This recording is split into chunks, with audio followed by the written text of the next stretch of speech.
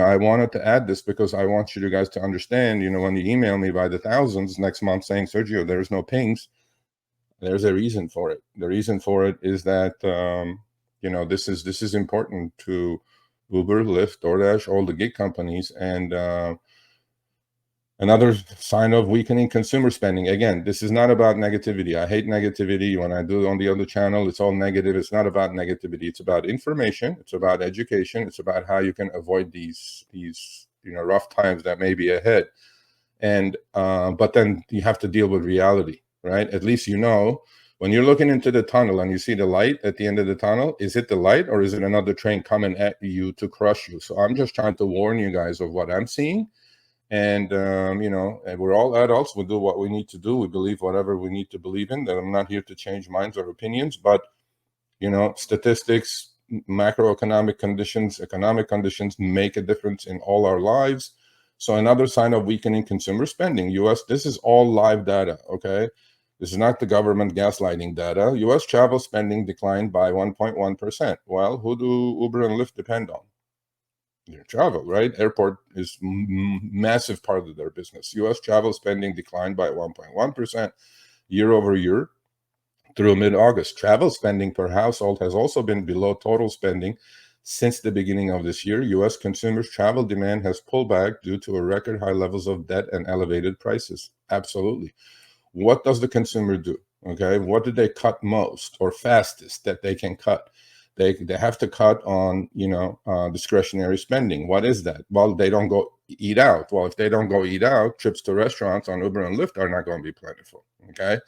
And then they don't go on vacations. Instead of going on 3 vacations a year, maybe they cut it to 2. Well, that's going to add up by the millions, right? To airport travels, pickups, and drop-offs.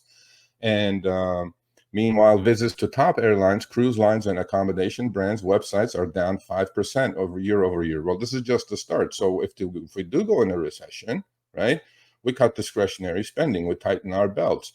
We don't go out to eat as much. We eat at home. We don't go take vacations as much. We just, maybe go on local vacations, short trips that we can drive our cars to. So all this is a precursor of what's about to come.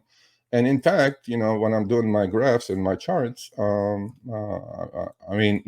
I'm not sure, but Uber, I think, is overvalued at this point. But then we'll find out shortly. But then if you do listen to the CEO of Uber, which I know personally, he's the most optimistic person on the planet. He goes, yeah, but the recession is not going to hurt us. Actually, recession is going to help us. I'm like, how's the recession going to help you? I mean, the recession is definitely going to hurt the driver because there are not going to be too many people traveling. And we already know what's happening out there, right? Millions of people are going like, I'm making less. Well, you're making less because your utilization rate is not high. The reason for that is you used to get 10 pings an hour. Now you're getting 5 pings an hour. And out of the 5, 4 are trash. So you guys, that's why I'm doing this channel. That's why you guys need to pay attention to all these things.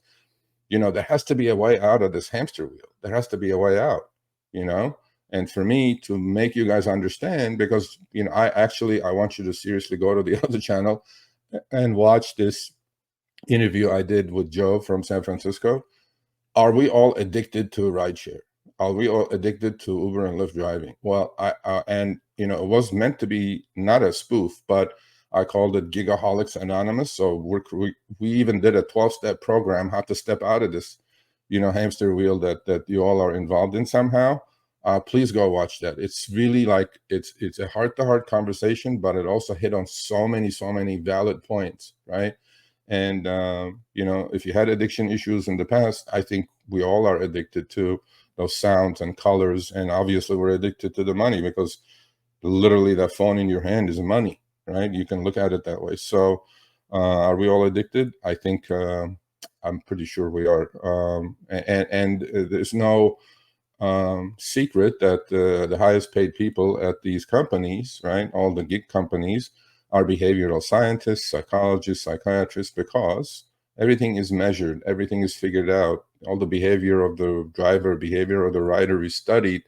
The colors, the sounds that the app makes are all studied. They don't just willy-nilly bring it out of the blue and say, oh, let's just change the color of this to this. It doesn't work like that. It's all just to create an addiction in the gig worker community, and they've done a fantastic job over the last 12 years. So this is just a little bit of a hybrid topic, but travel is definitely slowing down. If travel slows down, your pings are going to slow down. Cities are not going to be as busy. People are going to cut back on restaurant spending.